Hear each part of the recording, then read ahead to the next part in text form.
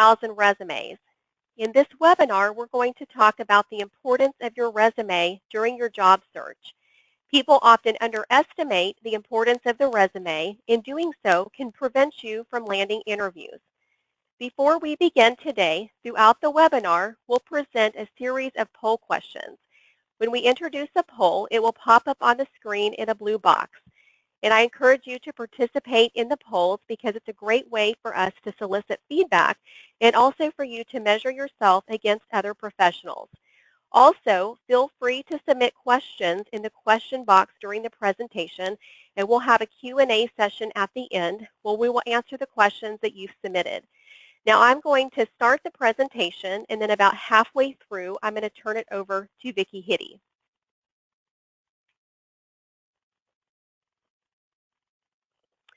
Now, you have to keep in mind that there is a certain ebb and flow to the hiring process. One stage of the process leads to another stage, which leads to another stage.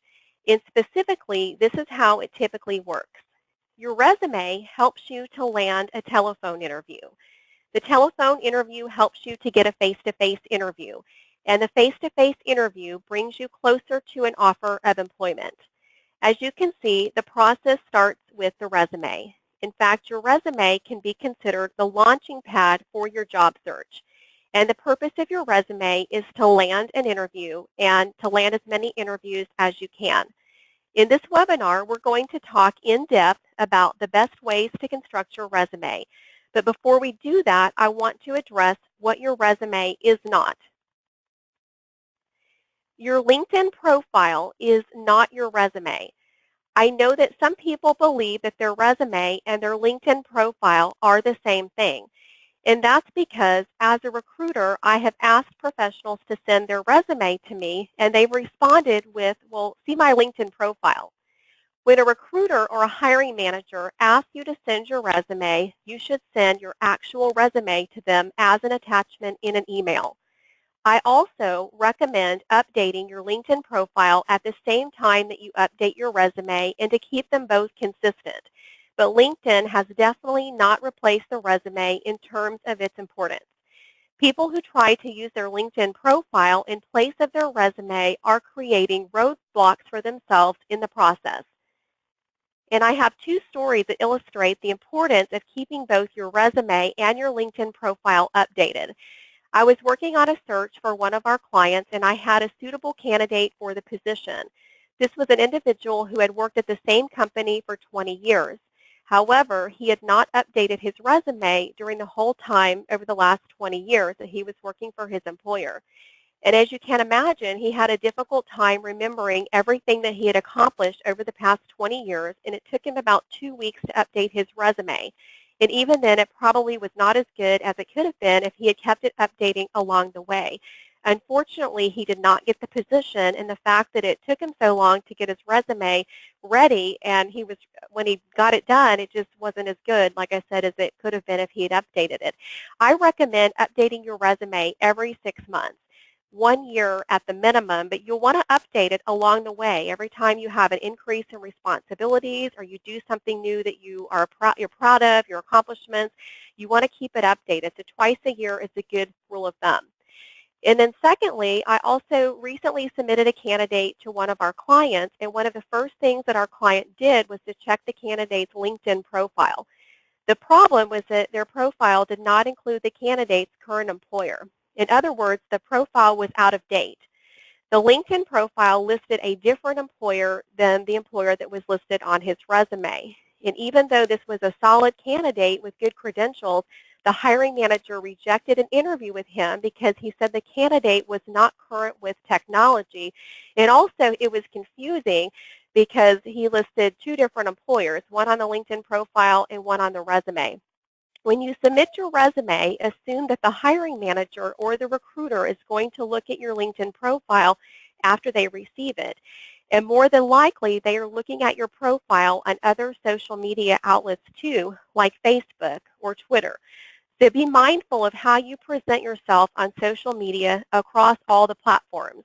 And I recommend setting your Facebook to private so that the whole world cannot see what you're posting. You just want your connections to see what you're posting. Because we've had numerous situations where candidates have applied for positions with different animal health organizations or veterinary companies, and the hiring manager has gone on Facebook and found pictures of things that they did not like, or pictures that they just felt were inappropriate, or posts that they thought were inappropriate. So we now have a poll question here. So let me get the poll question pulled up.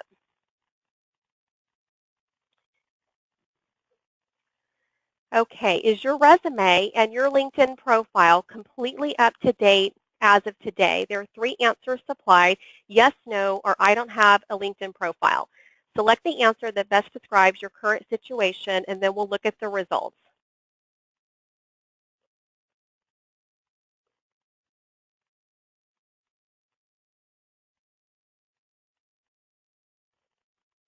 Okay, I'm going to close the poll in just a few seconds.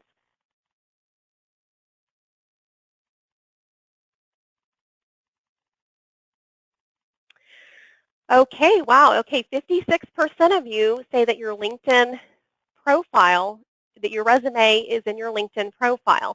19% or that's up to date. 19% say no, and 31% of you say that you don't have a LinkedIn profile. So that's almost a third of you do not have a LinkedIn profile.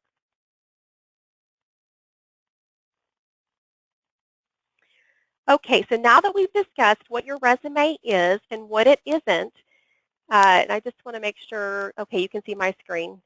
Okay, so the next thing is that let's address how you should construct your resume. And specifically, I'm going to present some do's and don'ts for constructing your resume.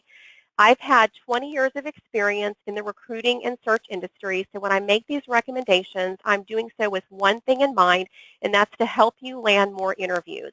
That's the #1 goal of your resume, is to get your foot in the door with an employer.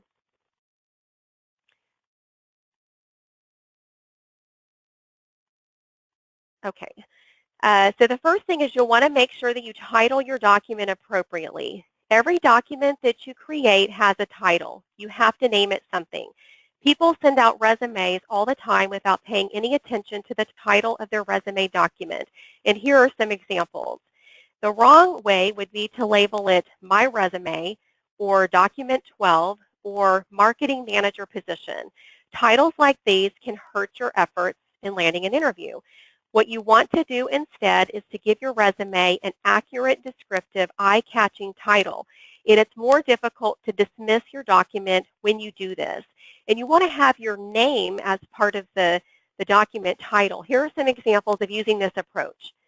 Harry Tasker for Technical Services Veterinarian, Canine Veterinarian Jack Ryan, or Ethan Hunt, Director of Clinical Research and Regulatory Affairs.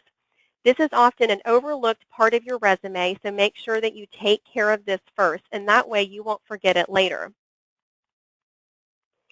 Second, make sure that you remember that your resume is part of your personal brand.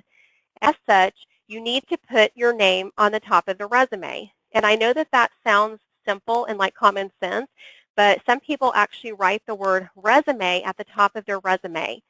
You'll need to put your name at the top, and regardless of which font you use regular caps and not all caps. You can also use a bold face to make your name stand out. And after all, the whole purpose of this exercise is for you to stand out. Third, you'll want to make sure that your resume contains your contact information and your address, but you don't need to bold that information. You don't necessarily need your street address, but you should definitely provide a city and state. Your address and city or state are needed in case relocation is an issue, but especially the city and state, because we are getting so many resumes in our search firm right now that don't have addresses. They don't even have a city and state. And so we don't know where that person is located. If the job requires the person to be in Kansas City, we get a resume with no city or state. We have no idea if that person's in Kansas City or if they're in New York or Florida or California. And so because of the hundreds and thousands of resumes that we get and other recruiters and hiring managers are getting, sometimes they may not call a candidate if they're unsure of where they live. And so you might think, well, I can relocate or I can go anywhere, so it's not relevant. But it is relevant because sometimes companies are not looking for people to relocate. They're looking for people that are locally, but they're just sometimes unlikely to call you if you don't have a location on your resume. Also include your cell phone number with your contact information, and don't bother to include your home telephone number even if you have one, because you're probably not going to be home during the day, and hiring managers would rather have a cell phone number. They know that you're more likely to answer your cell phone when they call, and some hiring managers are texting candidates these days too. You should include your email address, since email correspondence is common during the hiring process. However, you want to include a professional sounding email address. And these days, people typically have access to more than one email account, so choose the address that is the most professional and make sure that you check it at least once every day, because you'd be surprised at how job seekers will list an email address and they won't check it every day, and sometimes they miss out on messages from hiring managers or recruiters because they've gone several days without checking their email. But using an email address like vetdude360@hotmail.com is not a good option. If you don't have an email account with a professional sounding address, then you need to create one. And if you're still using an AOL or a Hotmail account, I highly recommend that you get a Gmail account. They're free, they're easy to set up, and they will make you look more professional and modern. When I get a resume with an AOL email address, it makes me think that the candidate is not current. Okay, fourth, do not include a mission statement or an objective statement on your resume. Instead, I recommend to use an executive summary or a professional summary. If you state your mission or an objective statement, then it may not line up perfectly with the organization's mission and their current opening. But if you list an executive summary, then it might more closely align with the company's expectations. And we've had instances of candidates. For example, we had one candidate who was applying for a technical services veterinarian position, and their objective statement said that they were looking for a marketing position. So if you're and here's the sad truth. I mean, this is, companies don't really care what your objective is. They only care about their objective, which is finding the best person for the position they have open. So if you're putting an objective on there and it does not line up with their current openings, they may not think you're interested, even though they may have other openings that you may qualify for. And fifth, when you list your work history, it's important to list it in reverse chronological order and make the work history as relevant as you can to your job search. And I also recommend tailoring the resume to the specific job for which you are applying.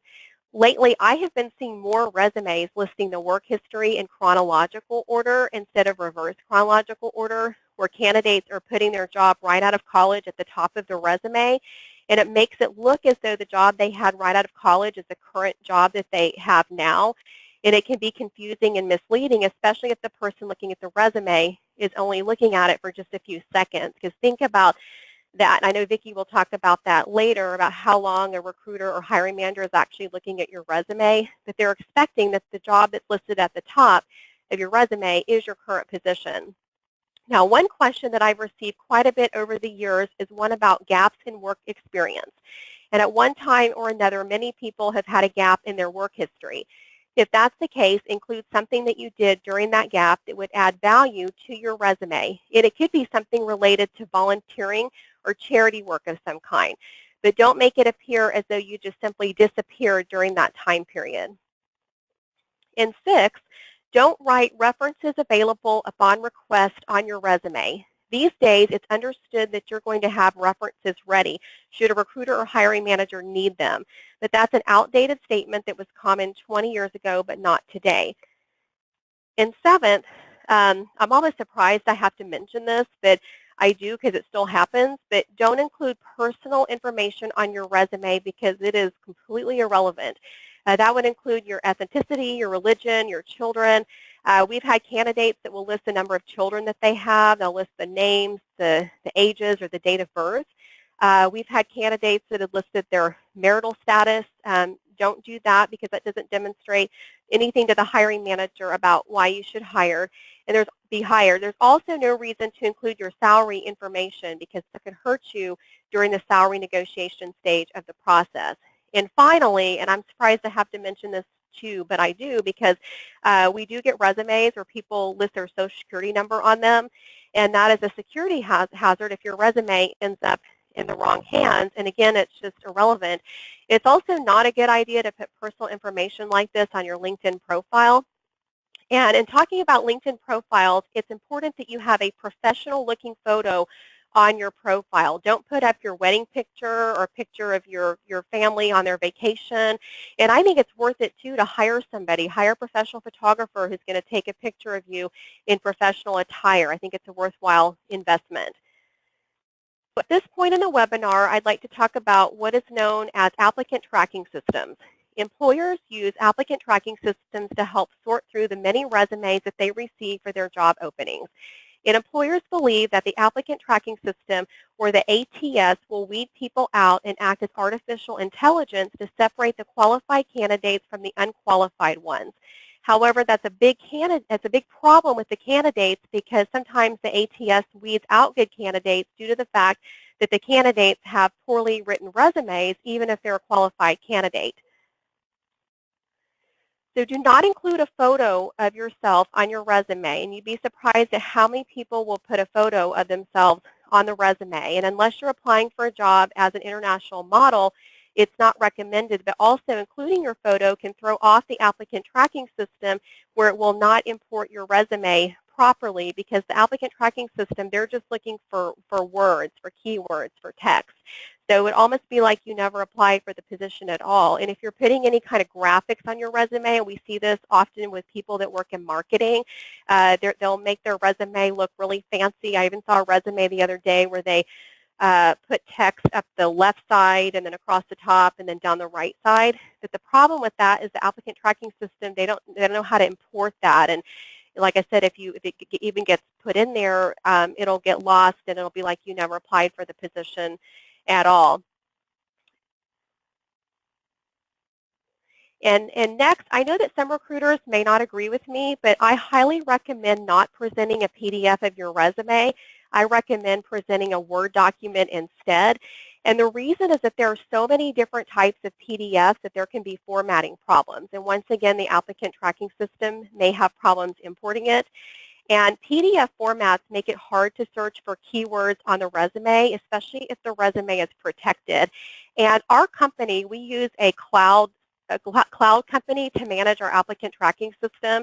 And the company that we work with, they manage 200 recruiting firms' applicant tracking system. And I've talked to the owner about this numerous times.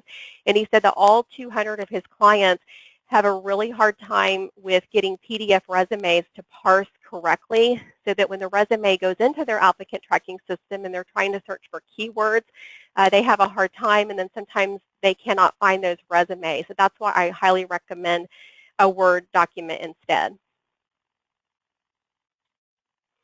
Now, what you do want to do is to make sure that your resume contains the appropriate keywords related to the position. Now, you don't want to stuff the resume with so many keywords that it's difficult to actually read, but you do want to include enough of the keywords that both the applicant tracking system will screen it and will also grab the attention of the hiring manager. And I have a case study of this. I had a candidate who was applying for a regulatory affairs position. This candidate had years of experience doing regulatory affairs, working with the Center for Veterinary Medicine at the FDA. But on her resume, she had listed FDA and not CVM. So both the applicant tracking system could not find the word CVM on the resume because it wasn't on there, and then the human resources manager who was reviewing the resume thought she was not qualified because she did not have the acronym CVM on her resume. She had FDA instead. So you want to be really careful and pay attention to the keywords that are in the job description, especially down in the qualifications section, and make sure that your resume is matching those exact keywords so that you will be found in these applicant tracking systems. So now that we know how to navigate the applicant tracking systems, we'll turn our attention to the hiring manager. And keep in mind that you are not conducting a job search in a vacuum. You're competing against other candidates. So even if you make it past the ATS and the first round of cuts, you're still competing against other good qualified candidates. And that means that you must create a resume that will have the most impact and do a great job of showing why you are worthy of a face-to-face interview. And you must tailor your resume to the job for which you are applying. And some candidates will send the same resume for every job, and that is not the best approach. There are small tweaks that you can make to your resume to tailor it appropriately. And this includes emphasizing work experience and skills that align more with the position. And you have to tie what you possess in terms of experience, talent, and abilities to what the organization wants. In addition to tailoring your resume, you should also tailor your cover letter, starting with the salutation. And I can't tell you how many cover letters that I get that start out with Dear Jim or Dear Debbie, and my name is Stacy. Also, make sure that you spell the person's name correctly. I spell my first name without an E, but I still receive many cover letters with my name spelled incorrectly. I've also been called Tracy and other names. In addition, they're not Stacy. So that's not a good way to get your foot in the door. So be very, very focused on detail, and I know Vicki will talk about that here more in a minute. I recently had a candidate send a cover letter to me that was addressed to a certain animal health pharmaceutical company, and I'm not with a pharmaceutical company. So if candidates are making this mistake with the recruiter, they're also making it with hiring managers. And if you don't know the name of the hiring manager, just don't put the name on the resume. A general salutation is better than one that's not correct. And remember that hiring managers want to know what you can accomplish for them in the future. If your past accomplishments don't convince them that you have the capacity to help their company grow, then you likely won't be selected for an interview. In fact, your past accomplishments have to convince a hiring manager that you can do one of three things. And these three things are what motivate a company to hire somebody and not somebody else. While everybody brings different strengths to the table and suffers from different weaknesses, the motivation for hiring officials remains constant. There are three main reasons why a hiring official would want to make you an offer. Number one, they believe that you're going to make the company money. Secondly, they believe that you're going to save the company money. Or third, they believe that you're going to add value to the company in some way. How do you convince hiring managers that you can do these things? You first do it with your resume and then during the face-to-face interview. In both cases, your goal is to use your past accomplishments to illustrate how you made your current and past employers money, how you saved your current and past employers money, and the value that you added to your current and past employers. So now we have another poll question here.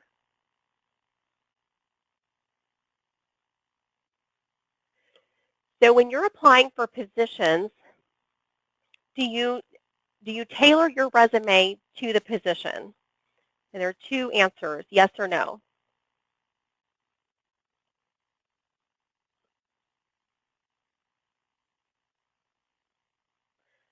Okay, I'm going to close the poll. Okay, and good. It looks like 74% of you said yes, that you do tailor your resume to the specific position. I'm really pleased to see that. And this is 26% of you say no. So think about doing that the next time you're applying for a position, is tailoring it to the specific position.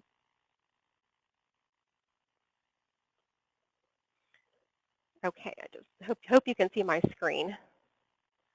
Okay, so now there are four key areas to consider when you're doing your resume. The first is your professional accomplishments. When you're doing this, speak in quantitative terms if possible. For instance, if you're in sales, refer to your sales volume. If you saved money for your current employer or helped it to generate more revenue, discuss the specifics of those situations. It's even a good idea to speak in terms of numbers for smaller achievements. For example, if you were a manager, disclose how many people you managed. Whatever you've done of any significance during your career probably has numbers tied to it, and that's what a hiring manager wants to read about. And that's because the bottom line when it comes to hiring is results. Organizations want to hire people who will get results. And the best way to show your history of results to a hiring manager is to quantify those results and tie numbers to as many of your accomplishments as you can. And the second thing is professional training designations. Are you licensed in a particular area? Have you earned various certifications? If so, list those because they're definitely applicable. And third, your educational accomplishments. Yes, you'll want to list your college degrees, but also include any relevant awards, honors, or scholarships that you might have received. And four, your additional skills. And these can include a wide range of competencies. Perhaps you can speak a second language, maybe you know sign language, but list anything that you believe might be valuable for a hiring manager to know. However, don't be tempted to add secondary skills that hold no value in relation to the position for which you are applying. You may be proud of the skill, but if it's not relevant and it won't help you get a face-to-face interview, then it's best to leave it off your resume. If you do have the skills, the talent, and experience necessary, then making your resume stand out is not difficult. You just have to emphasize the right things and illustrate why you're the person the employer should hire. At the very least, you need to convince company officials that you are the person that they need to bring in for an interview. The maximum length of your resume should be 2 pages. Most recruiters or hiring managers only spend about 30 seconds or less looking at a resume. If they have to look through 3 or 4 pages, they're going to lose interest very quickly. And I will admit, I have been a recruiter for 20 years, and I have never read every single word on a resume, and I have seen thousands and thousands of them. Most of the time, I look at a resume for about 30 seconds. I look at the companies a person has worked for. I look at their titles, their career progression. I ask myself, is this person moving forward in their career? Are they going backwards in their career? Are they stagnant? I also look at their accomplishments and how well they've done their job. So you have a limited amount of time to convey that information, and hiring managers often spend less than 30 to 60 seconds looking at a resume. The place where many people try to add too much information is with their job descriptions. And when it comes to that section, try to paraphrase and use bullet points whenever you can, because hiring managers are going to be scanning these resumes, and scanning is easier when there are bullet points that draw the eye. If your resume is too difficult to scan, then chances are good that they're not going to take the time to actually read it. And there's one more thing that I'd like to address when it comes to your resume, and that is telling the truth 100% of the time. I know that some people are tempted to exaggerate about their work history or their experience, but that's a bad idea. And according to a Career Builder survey of more than 2,500 hiring managers in the summer of 2015, 56% caught candidates lying on their resume, and the most common lie was about skills or capabilities. And not only that, but 25% of the hiring managers in the survey also said that they've seen people claim to be employed by companies that they never actually worked for. Unfortunately, I have seen many stories involving candidates who did not tell the truth on their resume. And one of the things that they lie about is whether they're actually employed. And something like this happened earlier this year when I was talking with a candidate, and he said that he was employed by a certain company. And then my next call came from his former employer that said they had gone through some layoffs recently, and the employer gave me a list of all of the people that had been laid off and were no longer with the company, and that candidate's name was on the list. So that candidate conveyed to me that he was still employed at that company when in fact he was not. So it's far better to be upfront and honest at the beginning of the process and tell the truth. And you've probably heard or read at one time or another during the past few years that their traditional resume is in danger of being obsolete. But there are usually a host of reasons provided for which this is the case. And some people believe that it's social media. Others believe that the digital age is turning the resume into a dinosaur of the past, and others think that the internet is going to kill the resume. And there's no doubt that all of these things have had an effect on the world of employment and hiring, but after 20 years in the business, I can tell you one thing for sure, that they have not killed the traditional resume. It is still important, and it's still being used by hiring managers to determine who is a good candidate and who is not. So you should not overlook the importance of your resume, and you should not dismiss it. And once again, your LinkedIn profile is not your resume. Simply referring a recruiter or a hiring manager to your LinkedIn profile is not helpful to getting you hired. And not only do you need a resume, but you need a good resume. And creating a good resume is not a waste of time. It's an investment in your career. We have our last poll question.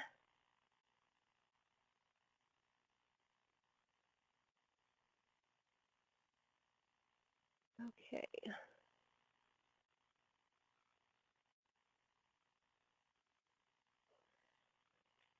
Okay, the question is, what grade would you give your current resume?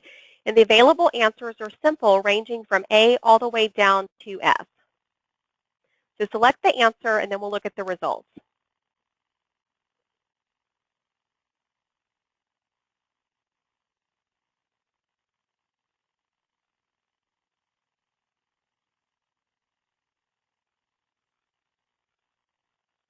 Okay, I'm going to close the poll. Okay, it looks like 15% of you would give a letter A to your resume. 60% would give a B. That's pretty good. 15% gave a C, 0% D, and 10% of you gave an F.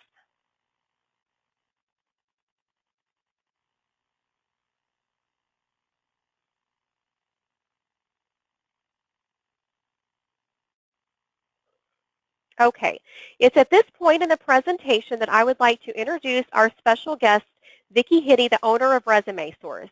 Vicki has been writing resumes since 1986 when she was employed by Professional Resume and Writing Service. She has successfully built a resume practice from a one-person operation to one with multiple locations. Vicki is also the author of Capturing Success, a book about thinking through the job search process. I'd like to thank Vicki for joining us today and also to turn over the presentation to her at this time. Stacy, thank you. That was good information about resumes that you've been giving folks. Your resume is it's the ticket to the interview, and it's what opens the door. Resumes can be riveting in their design, and riveting doesn't necessarily mean flashy. It means it's drawing the eye to what you want them to see. It's very important that you pinpoint a resume format that works for you, that's effective for you and your industry. Many industries require one format over another, and so it's important to find what the recruiter wants to see and what's standard in the industry. Revamping the structure of your resume, you're telling a story, and you want people to see that you're very competent in your skill set. And knowing when it's time to challenge conventional wisdom on a resume. And sometimes everybody will tell you, always do it this way or never do it that way. But what you're looking at is how do you deliver a resume that's going to work for you. And how you know that is you have to test it. You have to deliver, and if it's working for you at your salary level or above, then you know that your salary is opening the doors for the next step in your career. Then after you've tested it and let people look at it, then you want to deploy it, and it should open doors for you. And you want to land the right job at the right time.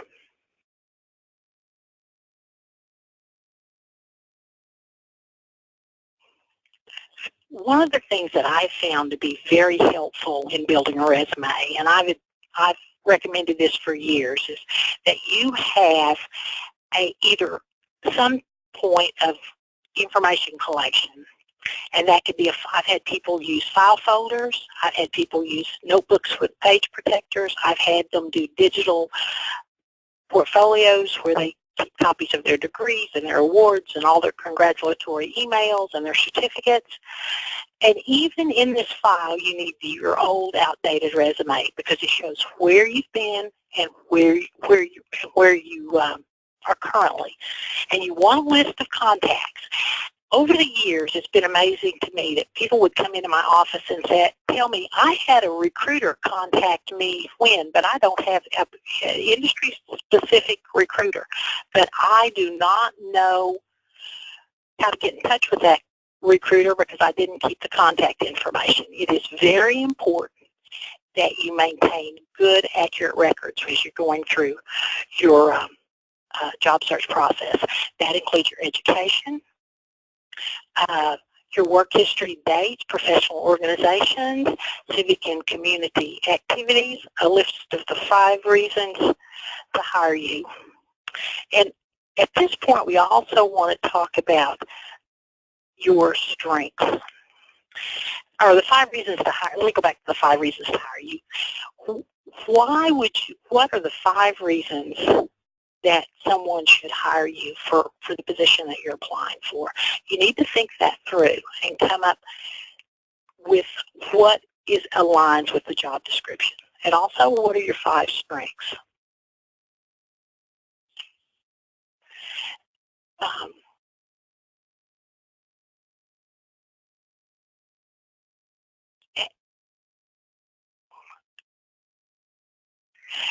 You want to identify your audience. It's very important that you're writing to your audience. I always ask, is your resume working for you at the targeted salary level? It's very important that you are either at your salary level or above. There are very many people out there that are underemployed that need to be applying for better jobs because they're really working under their potential.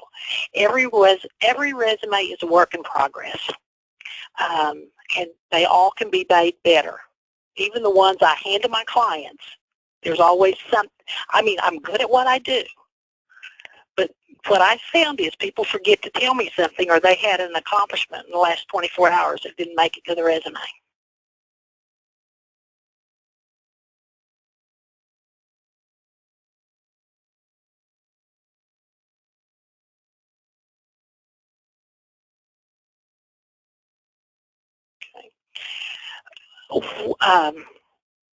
And as you're looking at your old resume, what do you like about the format?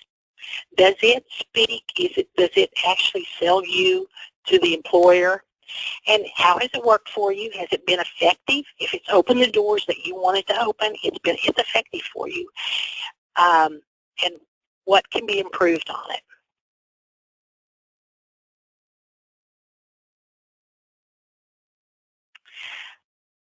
You want to compile a list of your projects and how you've shown leadership and distinguished yourself as a leader on a team.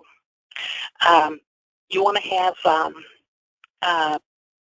some areas where you took the initiative, where you anticipated needs, and then you took the initiative on a project. You also want to give examples of how you've delivered results, and then you want to make sure that you know in the back of your mind what factors distinguish you from the other candidates in the candidate pool.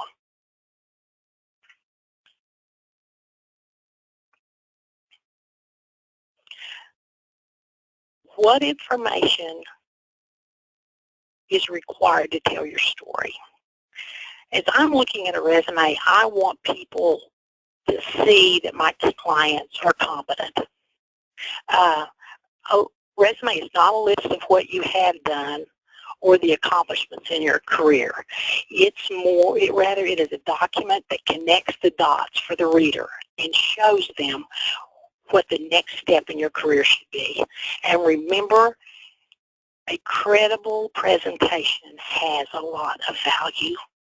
And, you know, it's very important that they draw the reader in and that you add a little sizzle to your resume.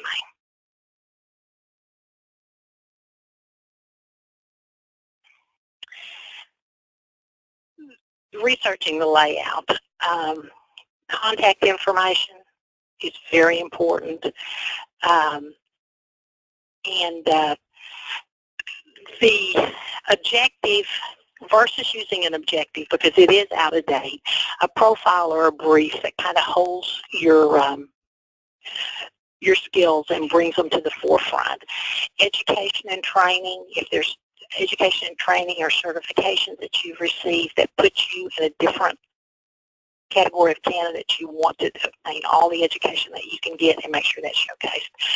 Then also the career experience, the name of the employer, the city, the state, dates of employment, 3 to 5 bullets, your accomplishments, and making sure that you tell them the size of the territory and dollar volume and customers, if you've trained people, if you develop new accounts, and then you want to talk about any of your technical skills. Margins are very important. I remember a gentleman bringing me a resume with a 0.3 or 4 margin, 0.3 or 4 inch margin all the way around it. This was not a document that you wanted to read. And I can usually tell by looking at the margins on the resume if I want to pick it up and read it. 1 inch margins are probably ideal. Sometimes you have to expand them a little bit. Font size, you want to make sure that you're using something that people can read. And I don't like to go, but it depends on the font you select. I like an 11 or a 12 point size font, because even the youngest resume screener gets tired eyes after they've read 200 or 300 resumes. You want consistency of font, and the position on the paper of your resume, the most important information needs to be in the top 50% on the top half of the fold, and it needs to be compelling, and you need to distill what you can do and what you can deliver, the results that you can deliver for the employer in that top 50% of your resume. While I will write a 2-page resume, and occasionally I break the rules and I will write a 3-page resume, the only thing that people have to read to determine that you're qualified is that first page of the resume. Everything else is just additional information. So when you're writing it, make sure everything that the recruiter needs to know about you is on that front page of the resume. I want the reader to see that you're valuable and you're a competent candidate. And I want to accent your potential and while showing your career history.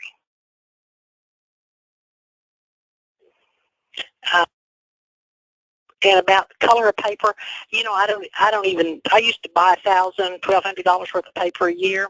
I don't think I spend $50 on paper now, because everything is electronic, and your resume has to be written for that electronic media.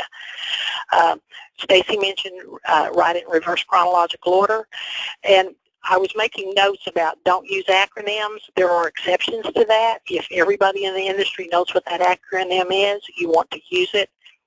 And if you have to condense your resume, you can always go with a 10-year work history. That's what most people require.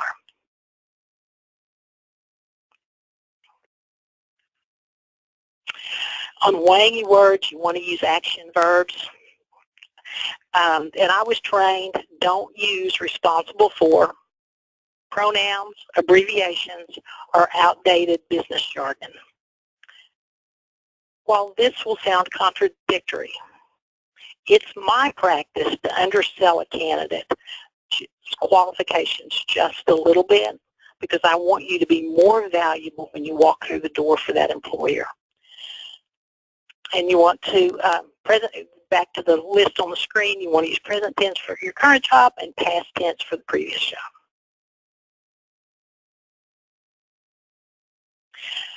And collecting information about your accomplishments is essential. And I think a lot of times as individuals, we undervalue our accomplishments. We think, oh, everybody else performs at that level, and that's really not the truth. You want to organize those, you want to list them, and any place that you've exceeded performance, you want to be able to make a list of those areas. You want to create a framework to communicate your accomplishments. You want to, if you've streamlined processes, improve quality, develop new accounts, all of that information needs to be there. If you've improved quality, if you've implemented new processes, anything that you can sit down and frame in a way that is going to speak to the position that you're applying for. And as you're writing your accomplishment, there's a very much a tightrope of when you're writing your accomplishments, not to brag. And there's a way to frame it so it's information and you're not bragging about what you've done.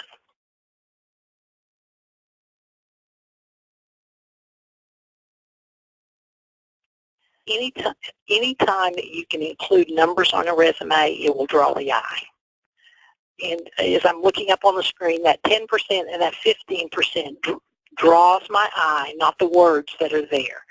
If you were Rookie of the Year, you want to make sure you've included that. If you double sales, and if you've increased sales in your territory by a certain percentage or added X number of new customers or distributors, make sure the numbers are there.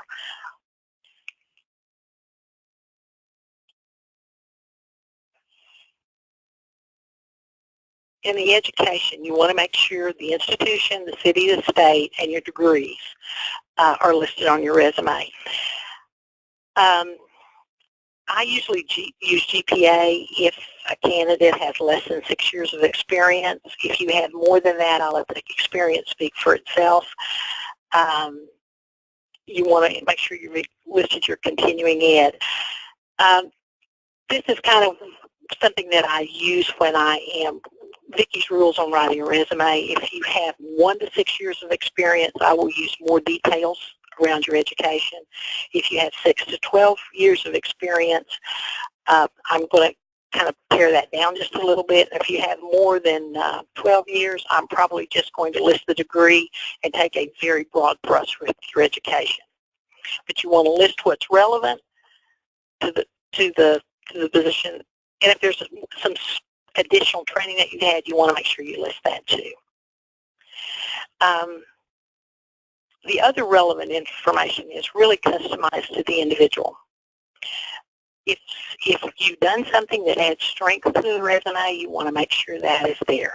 Military experience, licensing, certificates, awards, recognition, foreign language, volunteer experience, community involvement, all this is very important.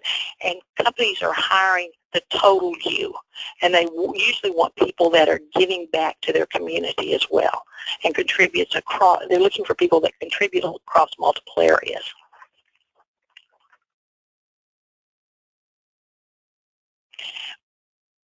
And one of the things that I like to pay very close attention to is who is reading the resume. We talked about the online tracking system.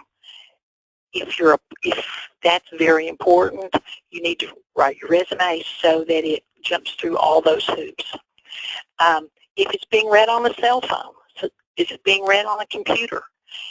These are all things that you need to take into consideration when you're putting together your resume. If you're handing someone a resume, they're going to look at it totally different.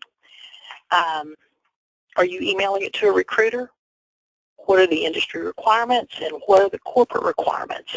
Know your audience. Understand the technology and recognize the pros and cons of industry trends. Now you've got your resume written. You're looking at it. Is it one that you want to read?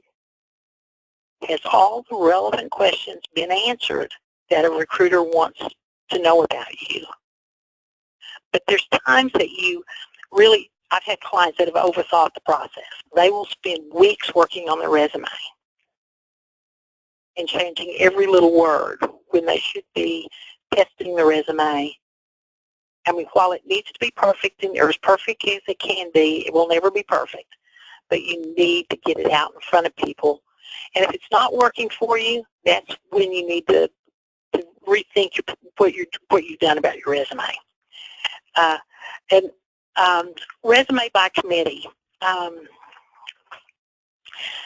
Many years ago, I did this resume for this lady, and she took it and showed it to her friend. She was in one industry. She showed it to her friend in another industry, and she came back and she says, my friend it was the airline industry, did not like the resume. And I said, are you planning to apply to that particular airline? She says, oh, no. And I said, well, had you been applying to that industry, you would have had a totally different look. So it's very important to know what is required. And I have to listen very carefully when it comes to the resume by committee, because there are some resumes that I've seen over the years that it looks like 3 or 4 people have written the resume, and there's not a consistency of style. And you want to make sure that the writing style and the formatting is very consistent from one job to another.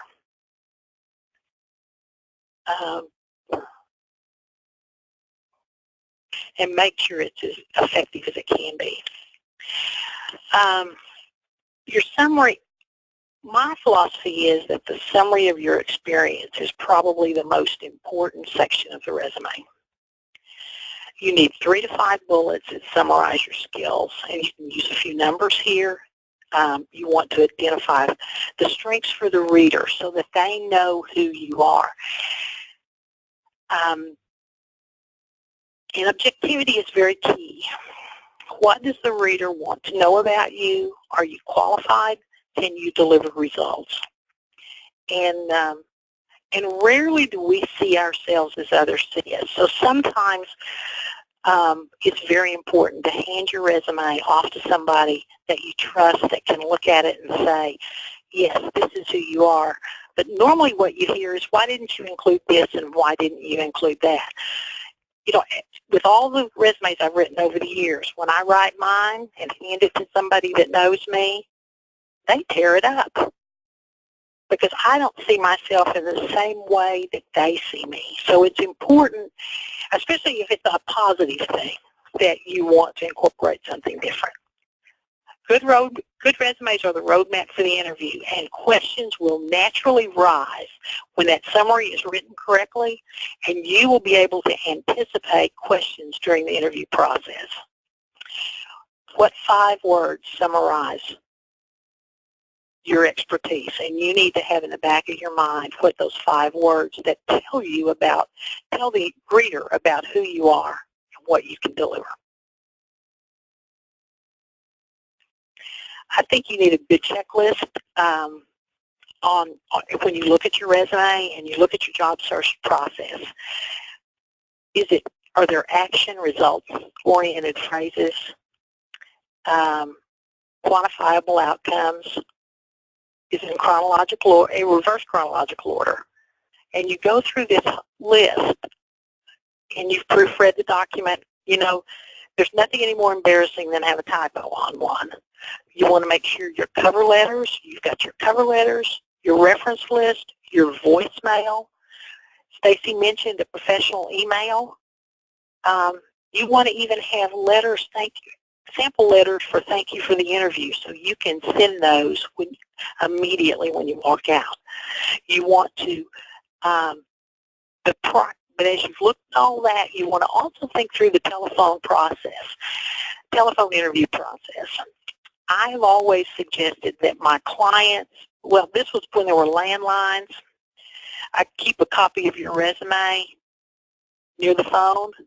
With your cell phone, you may need to keep it where you can get to it on your cell phone and refer to it if somebody is asking you questions. You've got to be prepared for a panel interview. Many of the different kinds of interviews out there. And if your resume is well written, it will be the roadmap for those interviews. Stacy, thank you so much. Okay, thank you, Vicki. All right, well, that was great. I think, Vicki, there was one more slide. Oh, there's one more slide. I'm so sorry. Don't tell anyone that I told you this. Exceptional resume writing is much like a fancy layered cake. Your experience, your education, and it all fits together. Maybe like a puzzle might be another way to put this.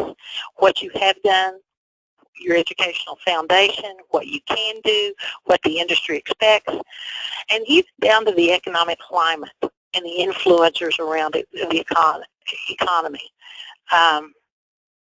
And you need to know what the power words are in business jargon in your industry.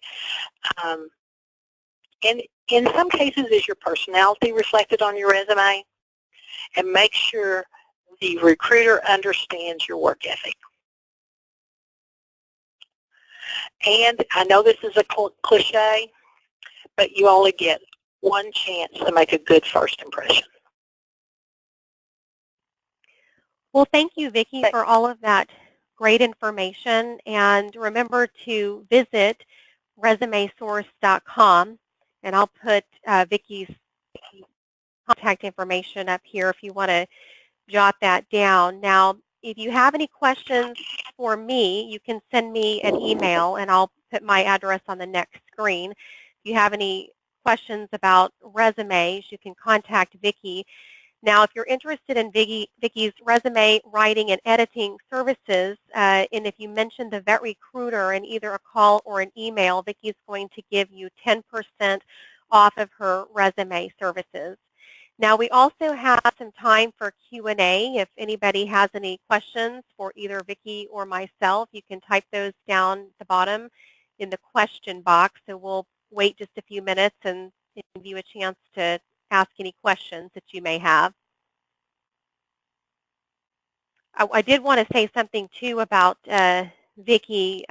When Michael Eisner was running the Walt Disney Company, one of Vicki's resumes landed on his administrative assistant's desk, and she said it was one of the best resumes that she had ever seen in her career. I don't know anybody that has more experience writing resumes than Vicki, and Vicki certainly 24,000 resumes. That's a whole lot of resumes.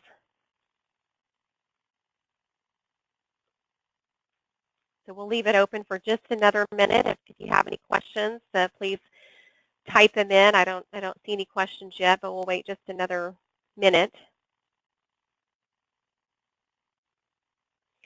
I also want to mention that if you're interested in any career tips, you can sign up for our website. We have a monthly newsletter. We also send out hot jobs around the middle of the month, and we send out a newsletter at the beginning of the month that also includes hot jobs, but also advice for your career. And you can sign up on our website. I've listed our website here. So I don't see any questions. So if you do have any after the webinar, like I said, feel free to email me or Vicki. And again, thank you to Vicki, and thank you for everyone who registered and attended our webinar today. We hope the information we presented today will be of great help to you during your job search. Hope everyone has a great day.